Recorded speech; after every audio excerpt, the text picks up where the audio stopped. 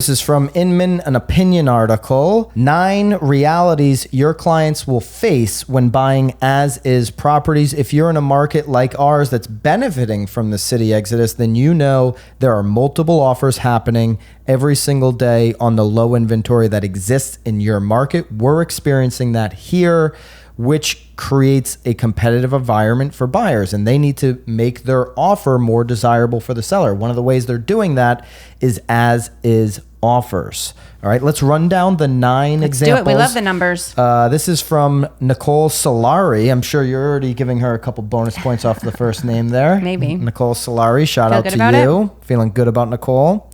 Love my Nicoles. All right, number 1. Expect trouble. Contractors or investors with crews on standby likely know that they're getting what they're getting into, right? So if you're like working with a flipper, an investor, Right. they know what they're getting into.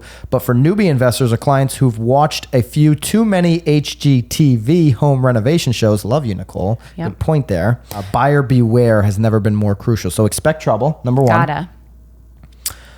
Number 2, line up property information resources in advance. Okay, line up property information resources in advance. What does she mean?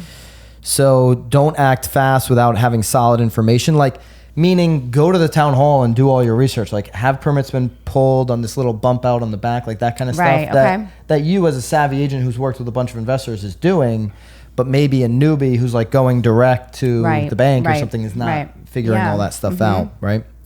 Number 3, money talks. Ideally, your bargain hunting buyers will have cash to entice sellers with quick, almost guaranteed closings. So I think especially on these homes that need a lot of work, the seller is going to take the cash because they don't want to get into the thing with the bank appraiser saying, I can't appraise it because that's falling down. Or you can't even get a mortgage because there's no heat. Right. So they may even take a lower offer that's cash. Oh, of course. Right. Who wouldn't? Remember this when you're making an as-is offer. Location. So that's number 4. Everybody knows what that means. Number 5, hope for paradise, prepare for a jungle. That's similar to number 1, right? Expect trouble. I don't know. Nicole's failing me here. Oh. How do you feel about it all? You're not a big fan of Nicole? No, I like Nicole. I don't know. All right, number 6, be ready to fix whatever that nasty smell is. Many of the as-is listings you visit will have a funky odor. Yeah, it's called mold, right? Well, that or like you could tell if the prior owners had dogs or if they were like cigarette smokers. Yeah, the walls are all like yellow. Number 7, chase down the reasons. Again, we're going to pick what we think is the number 1 thing you should be looking at as a buyer in these as-is. Chase down the reasons. So like if there's rot, why? Was there termites? Has the termites, are they gone? Are they still active? Things like that. Number 8, look up, down, and all around. Gotta. You do that on these showings? Looking up, looking down? I look everywhere. All around? Mm-hmm. Yeah. Everyone's trying to figure out like the seller's story and I'm just looking at it. Gotta. So get as much information as you can. Yep. And then number 9, home inspection costs a little but can save a fortune. So if you're going to do an as-is offer and you're going to say, hey, my offer's as-is, I'm making my deposit non-refundable, but I still want to do an inspection for my information as the buyer only, information for the buyer only, that can help you get out of the deal and only give up, say, whatever your deposit was. You can still have a chance to back out. Well, there's so many. Bad. Well, but there's so many ways that an as-is property can happen. I mean, you can do an inspection on an as-is property. You just know that the seller's probably not going to do anything. Right. I mean, obviously, it would make your offer look a lot better if you didn't even have an inspection contingency in there. But correct. Especially if you know it's. I think that a home inspection is the most important thing.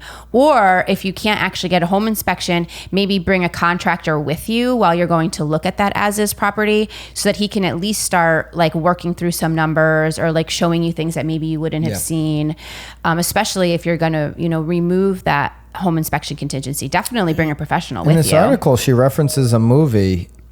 Money Pit. Have you seen that? Tom Hanks, Yes. Shelley Long, Oh, 1986, The Money Pit. You've seen that? Have you not?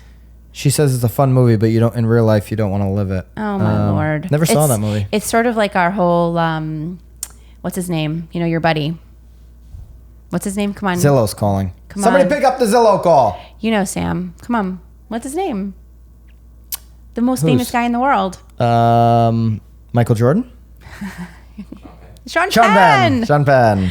There he Sean is. Penn. We've talked about Sean Penn more on this podcast, I bet, than any podcast in the history of podcasts, unless he has his own. He probably has his own. All right, what do you think is the most important thing your clients should face? What's most important out of these 9 realities your clients face when buying I do as-is think that a properties? lot of these can be combined. I think expect trouble is obviously the biggest. I mean, I think you must have money in contingency. You're going number 1, expect trouble. Well, but I feel like that also has to go with like look up, look down, look all around, do your Be educated. homework. Yeah. I mean, expect there's going to be problems. And again, I would highly, highly recommend you bringing somebody through. And again, I don't usually encourage parents, but if you're a young buyer and you're thinking that you want to take on one of these as-is properties, maybe even just bring your dad if he's handy, you know, because at least Bring the dad, sure. well, I mean, they're always Way to go. ready to talk you out of it. Yeah. So at least you know, dad will point out everything. I'm going with number 4, location, location, location. A lot of buyers that are looking at these as-is properties is because they're a lower price, they're a fixer-upper, and they're like attracted to the home. Right. But they're doing it in a location that's not premier, that's not the best.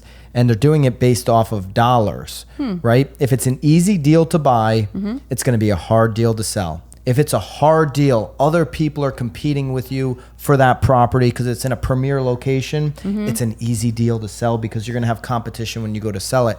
At the very least, if you have the best location, you can just tear that sucker down and start fresh, and the land is actually going to be worth something, right? So You're writing a whole new article now. I focus on location. You're starting on a these whole new assets. article. Well, I'm not starting it. I'm basing it off of her. Selection here. But you're knocking the house down. But that's what I'm saying. At the very, if you do get into so much trouble, if you have a great location, at least you've got good dirt. The dirt's worth more than the things sitting on it. I guess location's important. Unless it's a multifamily like Remy's got on the other. I just, again, with inventory so low, people are just grabbing what they can grab, right?